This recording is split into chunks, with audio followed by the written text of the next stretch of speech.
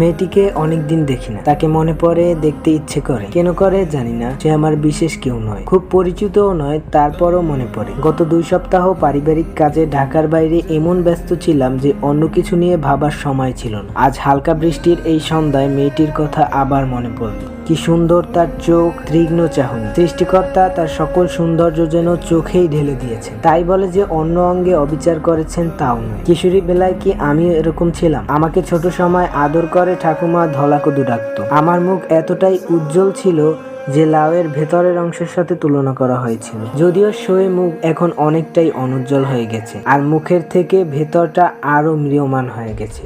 তবুও যেটুকু অবশিষ্ট আছে তাও কম কিসে। নিজের সৌন্দর্য নিয়ে সুন্দরীদের এক ধরনের আহামরি থাকে। কিশোরী বেলায় আমারও তা ছিল, কিন্তু সৃষ্টিকর্তা জানেন মানুষকে কখন কিভাবে তার আয়ত্তে নিয়ে যেতে হয়, কিভাবে তার নিজের কাছেই নত করে দিতে হয়। ঠিক তেমনি আমাকেও করে দিয়েছেন। সে কারণে এত সৌন্দর্য আজ ম্রিয়মান। তার প্রথম অধ্যায় শুরু হয়েছিল আমার বিয়ের মধ্য দিয়ে। বিয়ে ঠিক হওয়ার পরই বান্ধবীরা বলতে শুরু করলো, তুই এই বিয়েতে রাজি হস না, তোর মতো এরকম সুন্দরীর সাথে এই ছেলে মানাবে না। আমার মুখে কোনো কথা নেই, আমি যেন নিজের মধ্যে ডুবে নিজেকে পরিমাপের চেষ্টা করছিলাম, আর গভীর ক্ষতের মধ্যে ডুবে যাওয়া নিজের অসহায় মুখের প্রতি অন্তিহীন করুণ নিয়ে তাকিয়েছিলাম। আমার মনে কি কোথাও দাগ পড়েছিল? হয়তো পড়েছিল, কিন্তু কিছু বলার উপায় ছিল না। 1.5 বছর আগে বাবা মারা গিয়েছিল। সংসারে মা, আমি আর ঠাকুমা। পরিবারের একমাত্র কর্মক্ষম বাবার অবর্তমানে আমাদের সবকিছু থেমে গিয়েছিল। তাই আমাকে পাত্রস্থত করে তারা কিছুটা স্বস্তির নিঃশ্বাস ফেলতে যাচ্ছিল।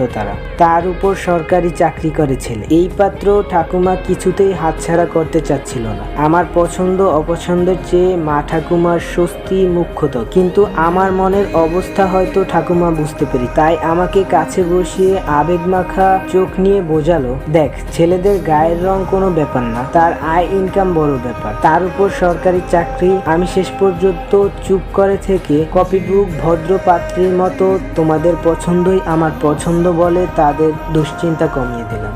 নিজেও প্রস্তুত করছিলাম নতুন জীবনের জন্য, নিজেকে মানিয়ে নেওয়ার খেলায়, যে খেলা এখনো চলমান। ব্যালকনিতে গিয়ে দাঁড়ালাম। সামনে একটু খোলা জায়গা, তারপর কবরস্থান। শুয়ে থাকা ব্যক্তিদের নাম পরিচয় প্রকাশ হওয়ার মতন কোনো সাইনবোর্ড নেই। বেশিরভাগ কবরস্থানে যেরকম থাকে, মরার পর মানুষের পরিচয় দিয়ে কি হয়? মরার পর সবার একই পরিচয়, লাশ। যেখানে উঁচু নিচু কোনো বিভেদ নেই, সব পেশা শ্রেণীর মানুষ পাশাপাশি শুয়ে থাকে খুব আপন মানুষের মতো। নারী পুরুষের কোনো ভেদাভেদ নেই, যেন 1000 বছর ধরে তাদের চেনা জানা। বয়সেরও কোনো তারতম্য নেই। মরার আবার জাত কি? সত্যি, মরার কোনো জাত নেই, সবাই একই পরিচয়, মৃত।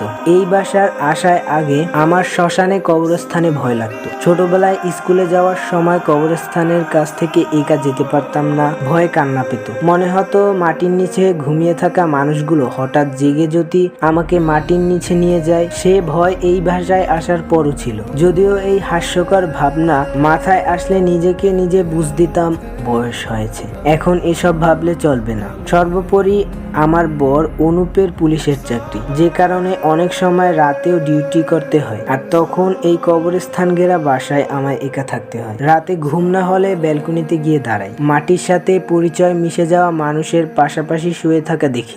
প্রথম খুব ভয় লাগতো, এখন এই কবরস্থানে ঘুমিয়ে থাকা মানুষগুলো আমার আপন হয়ে গেছে। তাদের সাথে নানা রকমের কথা বলি, তারাও আমার সাথে কথা বলে, হয়তো বলে হয়তো বলে না, কিন্তু আমার ভালো লাগে। পুরো বাসায় সবচেয়ে প্রিয় জায়গা হলো এই ব্যালকনি। গত বৈশাখে আমার 39তম জন্মদিন গেল, আর মাত্র 1 বছর পর 40 হয়ে যাবে। বাংলাদেশে মেয়েদের 40 বছর হওয়ার পর তার আর কিছুই থাকে না বলতে চাওয়া পাওয়ার বিষয় অবশিষ্ট থাকে না। যদিও আমার জীবনে তেমন কিছু চাওয়া ছিল না, এখনো চাওয়া নেই। গত 19 বছর ধরে একটাই। সো ভিউয়ার্স, আপনাদের এই গল্পটা কেমন লাগলো? ভালো লাগলে একটা লাইক করে দিবেন। আর হ্যাঁ, গল্পটার নেক্সট পার্ট দেখতে হলে অবশ্যই কমেন্ট করেন। আর হ্যাঁ, বলেন তো কি বলবো? জানেনই তো, সাবস্ক্রাইব।